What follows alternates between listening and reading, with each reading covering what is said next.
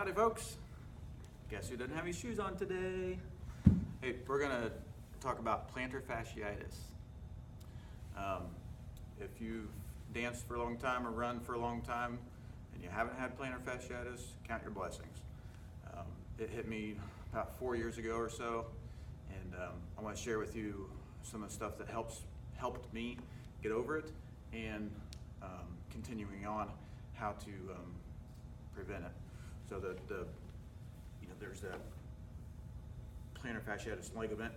Now, I'm not a doctor, so runs down from your heel all the way down, and what happens is this gets overworked and it gets inflamed right there, and it'll cause heel pain or arch pain.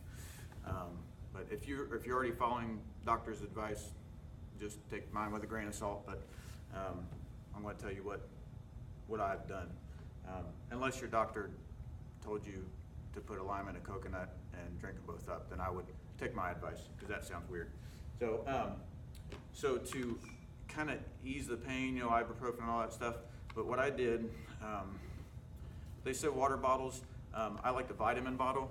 You fill this with water and stick it in the freezer, and then while you're eating dinner at the table or whatever, you can under the table you can put a towel down, put that on the towel, and then roll your foot back and forth. It's frozen water, and take your sock off, but it'll shoot you to the moon once you put it on there. But once you roll it back and forth, it feels like heaven. It's really, really nice. And then the other thing is exercises for your it's a flexion, or I can't remember what to call it, extension. So you're going to exercise this plantar fasciitis ligament. And a couple different ways you can do that. This is a exercise band. Okay, what you can do while you're messing around on your phone, you can take and pull that up. Okay, you're going to flex your toes down. Okay, flex them down, and you're working that ligament down there, getting it strong. Okay, flex, yeah. Oh, it feels good. Okay, so you can sit there. You can do that while you're messing around on your phone, watching TV or whatever. I did like 1 billion of those. In order to get over this, I iced it every night. Did 1 billion of those flexion exercises. Now the beauty of that is you don't have to have this TheraBand. You can just do that inside your shoes. Just flex your toes down right inside your shoes. Let them rest. Flex them down. You can do that while you're driving or wherever you are in the office working. And then the other thing I do after dancing, I learned this from Dustin and Steph, and I saw him kind of rubbing that part just to kind of massage it. Okay. And then after some of the workshops, you dance all day. What I do while I'm driving barefoot is I take this. It's just a dog ball, okay, but it's got little nubs on it. All right, you can use a tennis ball or whatever you like. I like this because it was free. I put that on the floor while I'm driving and rub the arch of my foot all over, all the way up to my heel, all the way down. Feels really good.